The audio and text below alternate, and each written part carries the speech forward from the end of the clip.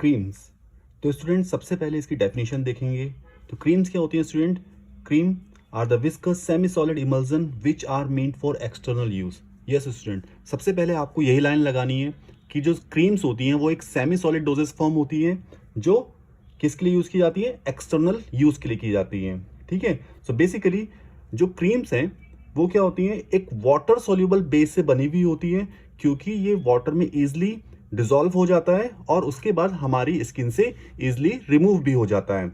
अगर आप ऑइंटमेंट से कंपेयर करेंगे तो ऑइंटमेंट में आपने नोटिस किया होगा कि जब हम अपनी स्किन पे लगाते हैं तो उसके बाद वो ऑयली और ग्रीजी जो स्टेन है वो हमारे स्किन पे छोड़ देता है। ठीक है, लेकिन क्रीम के केस में ऐसा नहीं होता है, क्योंकि इसके अंदर वाटर सोल्यूबल बेस होते हैं जिनकी वजह से ये इजिली रिमूव हो जाता है और हमारी स्किन से आसानी से हट जाता है।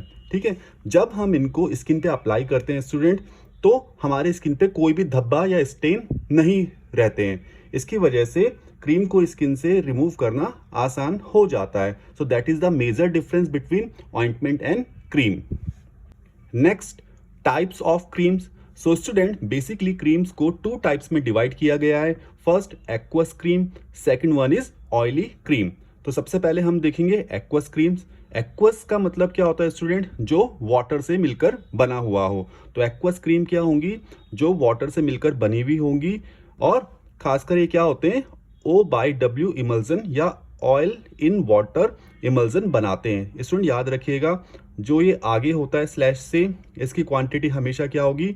कम होगी, और जो ये स्लैश के बाद होता है उसकी क्वांटिटी हमेशा ज़्यादा होती है। मतलब जो ये आगे वाला होता है स्लैश से, इसको हमें इस फेज में मिक्स करना होता है। ठीक है, तो इसको हम क्या बोलेंगे? Oil in water. मतलब ऑयल की जो क्वांटिटी होगी बहुत ही कम क्वांटिटी होगी, इसीलिए ये ऑयल इन वाटर इमल्सन बनाते हैं।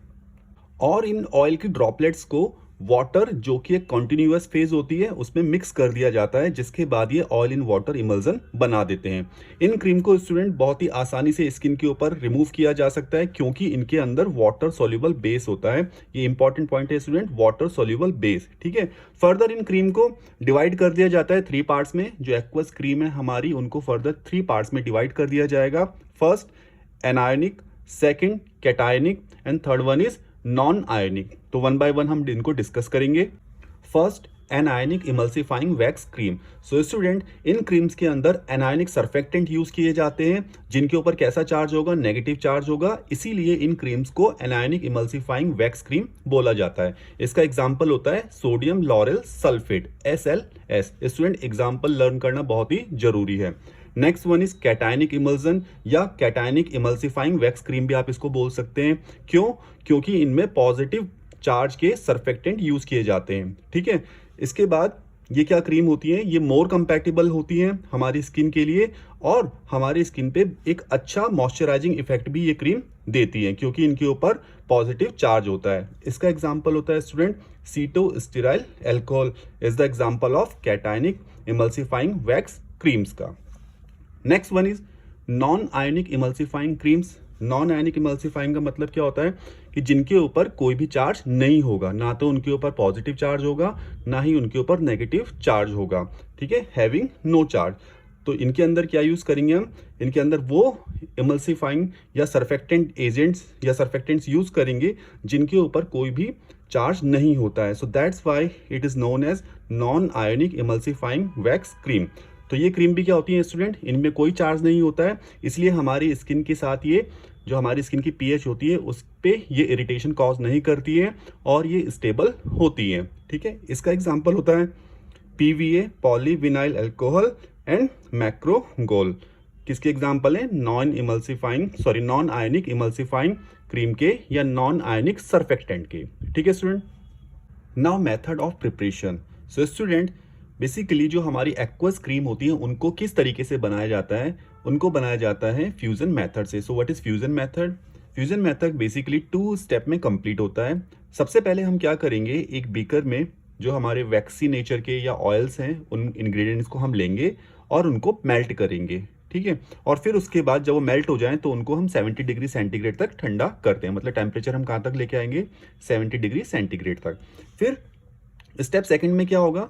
हम एक दूसरे बीकर में वाटर को गर्म करेंगे सेम टेम्परेचर पे, और फिर उसके बाद हम इन दोनों को एक तीसरे बीकर में मिक्स कर देंगे, ठीक है, और उसको कंटिन्यूअसली स्टिर करेंगे। स्टिर का मतलब होता है प्रॉपर उसको रोटेट करना, प्रॉपर उसको मिक्स करना with the help of magnetic और मैकेनिकल या ग्लास रॉड की हेल्प से, ठीक है।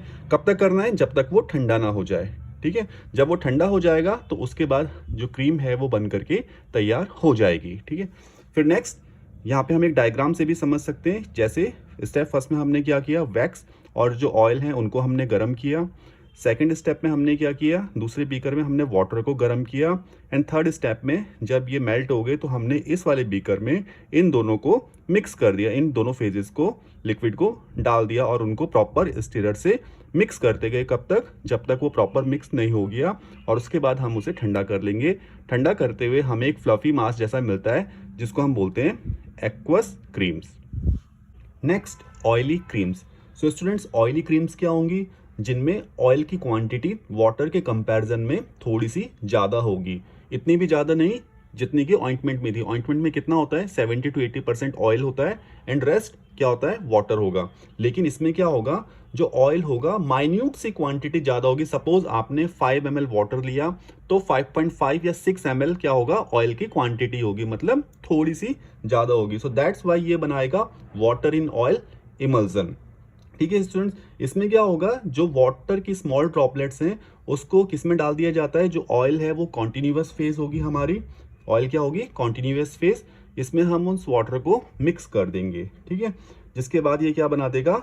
ऑयली क्रीम्स बना देगी। सो स्टूडेंट्स, ऑयली क्रीम्स का फायदा क्या है? ये ऑयली क्रीम्स होती है जो विंटर्स में, खासकर जब हमारी स्किन में ज़्यादा ड्राइनेस हो जाती है, उस टाइम पे हमारी जो मॉइस्चराइजिंग कैपेसिटी होती है उसको इंक्रीज करती है, ठीक है। जो मॉइस्चर कंटेंट होता है उसको इंक्रीज करती है, जो एमोलेंट इफेक्ट होता है उसको देने का काम करती है। तो ज़्यादातर ये सर्दियों में चलती है, ठीक है।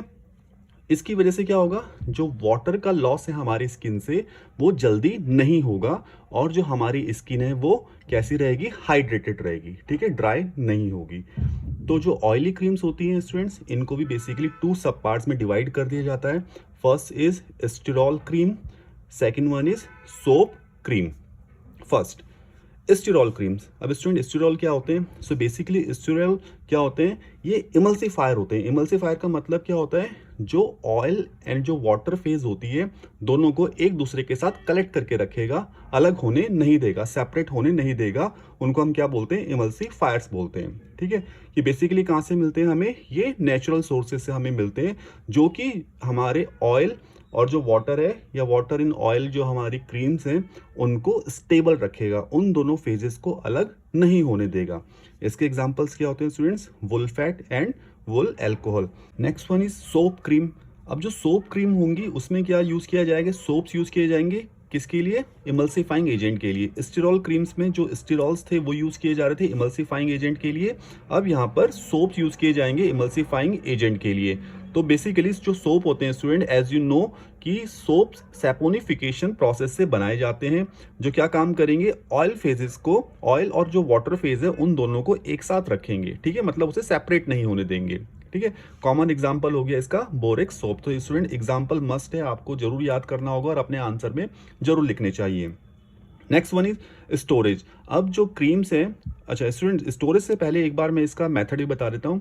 जो आपकी एक्वस क्रीम है और जो हमारी ऑयली क्रीम है, इन दोनों को सेम मेथड से बनाया जाएगा, फ्यूजन मेथड से। अगर आपको वैसे इसमें लिखने की जरूरत नहीं है, अगर आपको लिखना पड़ रहा है तो आप सेम मेथड जो मैंने पहले बताया था एक्वस में, उस मेथड को यहाँ पे इंक्लूड कर देंगे। Next one is storage.